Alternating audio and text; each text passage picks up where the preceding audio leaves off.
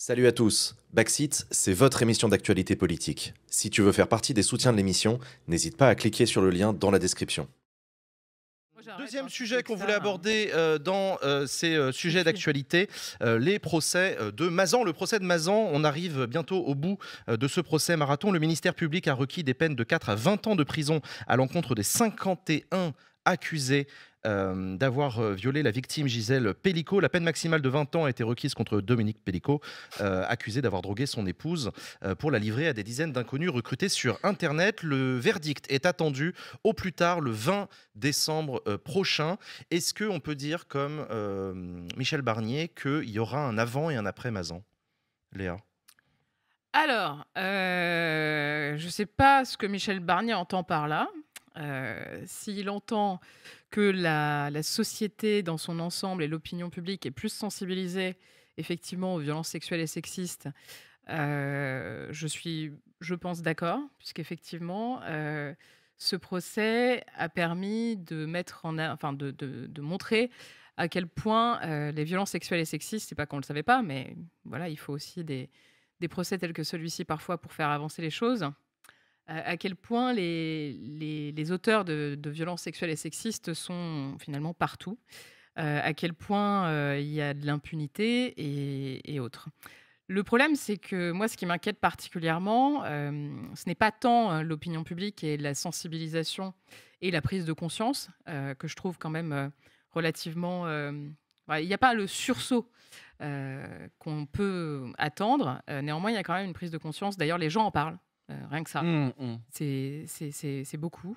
Moi, j'entends des conversations de personnes qui se remettent en question, notamment des hommes qui se questionnent sur leur comportement, qui parlent de ce procès, beaucoup. Mais ce qui est très inquiétant, c'est que le gouvernement ne va pas agir davantage. C'est-à-dire que les mesures qui ont été Annoncé là récemment. annoncées par Michel Barnier, je ne dis pas qu'il faut les jeter. Néanmoins, ce qu'on constate, c'est qu'il y a, depuis 2017 en tout cas, et depuis que les violences sexuelles et sexistes et l'égalité femmes-hommes a été érigée en tant que grande cause du quinquennat, un énorme gap, disons, un énorme fossé, entre les mesures qui sont annoncées et la réalité des moyens qui sont mis à disposition des associations qui accompagnent les victimes notamment. Je m'explique. Le budget est actuellement en discussion, comme vous le savez.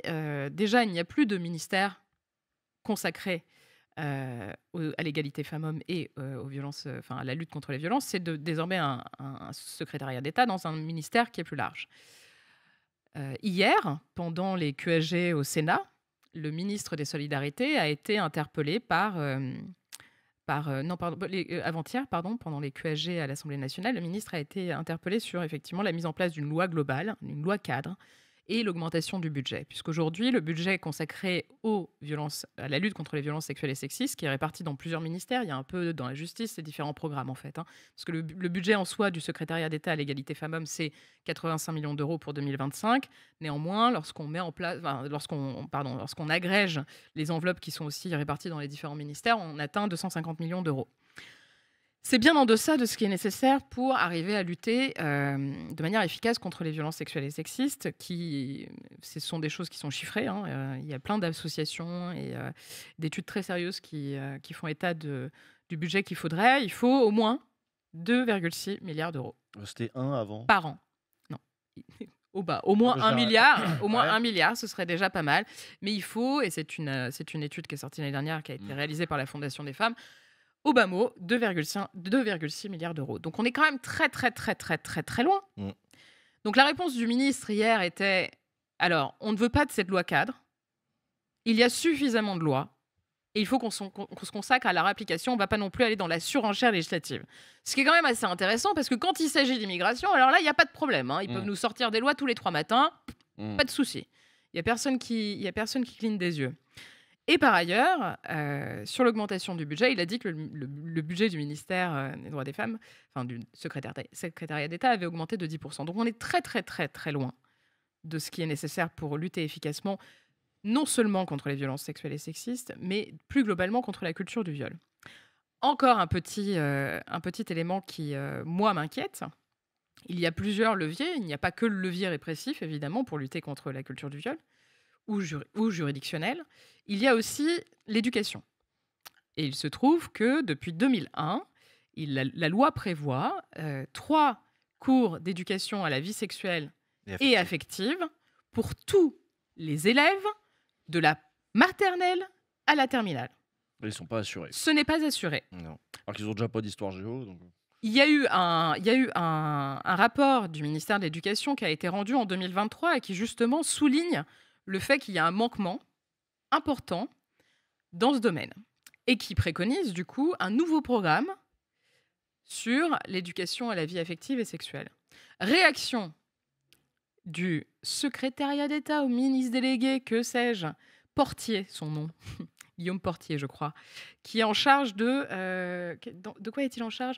De la réussite éducative ou je sais pas quoi. J'en sais rien, moi. Qui réagit donc à cette réforme proposée du programme d'éducation à la vie sexuelle et affective, qui dit que c'est très dangereux parce qu'on est en train d'imposer la théorie du genre. La théorie du genre, c'est le truc que les pires droitos... Ah putain, il a ressorti ça comme argument? Oui. On est retourné à l'époque des ABCD de l'égalité, quoi. Ouais, c'est Voilà, ça. On en revient à ce débat. Donc on est faire cadrer par la ministre. Non. Non, c'est la ministre Jeune qui s'est soumise à sa réflexion et qui a dit oui, c'est vrai que quand même c'est pas ouf. Oh, putain. Donc là, toutes les associations et notamment en tête le planning familial alertent sur cette prise de parole puisqu'elle est très inquiétante en fait. C'est-à-dire que on fait un pas en arrière, mais qui est juste hallucinant. Okay, et en plus, on habilite des théories réactionnaires qui ne sont même pas fondées, évidemment. Et donc, au moment où on parle précisément de la culture de viol et comment lutter contre la culture du viol, quand des associations, des journalistes couvrent un procès tel que celui de Mazan, quand la société est prête, effectivement, à avancer dans le bon sens, on a un gouvernement qui fait 75 pas en arrière au bas mot. Et qui s'inscrit dans une logique réactionnaire et qui vraisemblablement n'est pas prêt à lutter contre la culture du viol. J'ai fini. Tu as fait référence à la théorie du genre, qui est cette expression utilisée par un certain nombre de camps réactionnaires et conservateurs qui désigne un peu pêle-mêle. C'est un peu un fourre-tout, c'est un peu comme woke. Vous voyez, oui, c'est ça. Une espèce de, c'est très mal mot défini, ce n'est pas défini. qui désigne en gros le féminisme contemporain, intersectionnel, etc. Voilà, c'est un mot. Oui, et puis le lobby, voilà, le lobby LGBT, etc. Vous connaissez tout ça. C'est un mot valise, comme on dit, pour toutes les paniques, enfin une bonne partie des paniques morales. C'est ça, et c'est un truc qu'on a beaucoup entendu dans la foulée de l'adoption du mariage pour tous, avec le réveil d'un certain nombre de paroles homophobes et de lutte contre les progrès en la matière. Je suppose que ça plaît beaucoup aux patriotes enracinés. Les patriotes enracinés, c'est complètement leur truc. Emilio, je crois que pour en revenir au procès de Mazan, je crois que Gisèle Pellicot est devenue une icône internationale. Oui, parce que Gisèle Pellicot, c'est un symbole. On l'a vu notamment en une de Vogue Allemagne, avec une très belle une orange, avec une photo en très proche de close-up, voilà. Une illustration, ouais. De Gisèle Pellicot. Et Gisèle Pellicot, elle est devenue le symbole de quoi, finalement? Pour moi, elle est le symbole qu'on avait besoin de sortir de MeToo, dans le sens où du MeToo chez les stars, en fait. Voilà, c'était resté la question du viol chez les milieux plutôt privilégiés, etc. Et c'est Sandrine Rousseau qui avait cette expression. Le procès de Mazan, c'est la banalisation du viol. C'est le coup porté au not all men. Vous savez, c'est pas tous les hommes. Et en fait, le not all men, qui est une expression qui est utilisée par les hommes pour dire oh là là, pour les hommes, tous les hommes ne violent pas. Oui, c'est ça. Ouais, mais not all men sont not all men.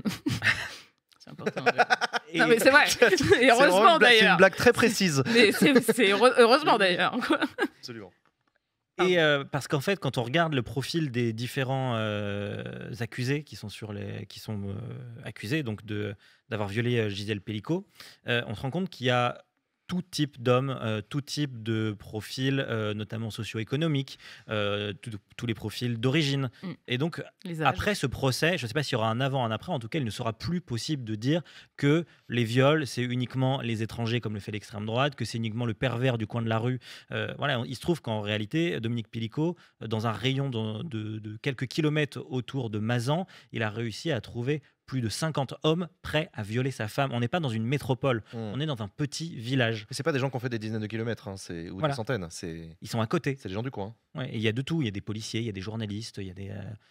Et donc voilà, c'est la fin du discours. En tout cas, c'est la preuve, en tout cas, que le discours qui voudrait que le violeur, c'est celui qu'on ne connaît pas et qui nous attend au fond d'une rue et qui est un étranger, est totalement un mythe. Voilà. Mais et si je puis me permettre. Jules, ouais. Vas-y. Non, je voulais te demander, parce que toi, quand on a préparé l'émission, tu nous disais que tu trouvais que cette affaire, l'affaire des viols de Mazan, a été particulièrement bien traitée par les médias. Fait très traité en tout cas, très traité sur beaucoup de plateaux.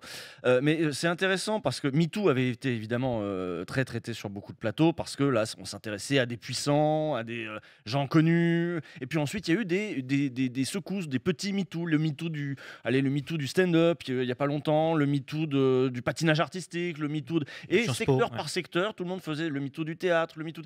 Et secteur par secteur, on se disait, bon, le point commun quand même de tout ça, c'est que en effet, des hommes en situation de pouvoir, en situation de pouvoir face à des femmes en situation de vulnérabilité, ça produit ces situations d'asymétrie, produisent des violences en fait, et les hommes vont avoir tendance, ces hommes-là en particulier. Et le procès de Mazan arrive en disant, en fait, il dit un peu la même chose, mais il dit que c'est n'importe quel homme. Parce que Gisèle Pellicot, quand elle est sédatée, elle est en situation de vulnérabilité totale et avec une alliance en plus avec son mari. Mais le point commun de tous ces gens, c'est qu'ils sont inscrits sur coco.fr, un site qui a une très mauvaise pub. Là, pour le coup, je ne connaissais pas ce site Moi non avant. plus. J'ai pas du tout envie de m'inscrire.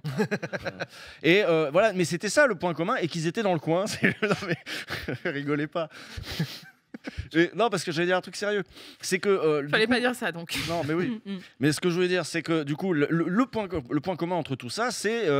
Et c'est quoi le patriarcat, si ce n'est un système qui place les hommes en situation de supériorité, dont ensuite ces violences ne sont jamais que des conséquences, des prix, et alors, qu'est-ce qu'il faut faire face à ça aussi, si ce n'est essayer de sortir les femmes de ces situations de vulnérabilité. Et on en revient à la question du budget, en fait. Parce que quand tu parlais de 2 milliards et quelques, c'est de permettre aux gens... C'est pas juste... Alors, il y a des trucs qui sont un peu évidents. Former les policiers, c'est toujours... Ça fait quelques années qu'ils disent qu'ils le font, mais enfin, c'est toujours quand même un peu à la ramasse, hein. Déjà, il faudrait déjà les former à être des bons policiers dans l'absolu, et ensuite, enfin voilà. Mais je sais que ça commence à être fait, de savoir pour prendre des plaintes, voilà. Et là, ils pourront en prendre à l'hôpital, voilà.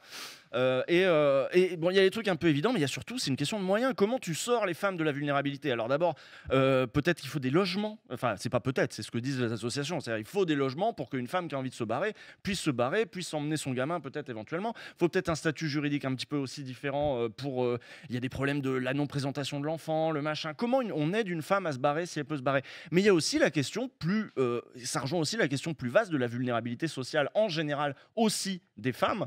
Et dans un contexte d'austérité économique, il est évident que ça va pas s'arranger non plus. Une société plus violente économiquement sera aussi une société dans laquelle ces situations de violence et ces situations d'abus de pouvoir, que maintenant on a bien identifiées, vont aussi pouvoir se reproduire. Et j'ai trouvé en effet que c'était mieux traité cette fois-ci. C'était traité de manière plus... Je voyais plus de remise en question, je voyais plus de généralisation, et on ne pouvait pas dire « Ah bah c'est le cinéma, ah bah c'est Depardieu, ah bah c'est Gérard », et on ne faisait pas venir l'avocat. Il y avait des avocats qui ont quand même eu des plaidoiries outrancières, y compris en dehors du prétoire, hein. On a vu, je ne sais plus comment s'appelait cette avocate, d'une des victimes, des accusés, pardon.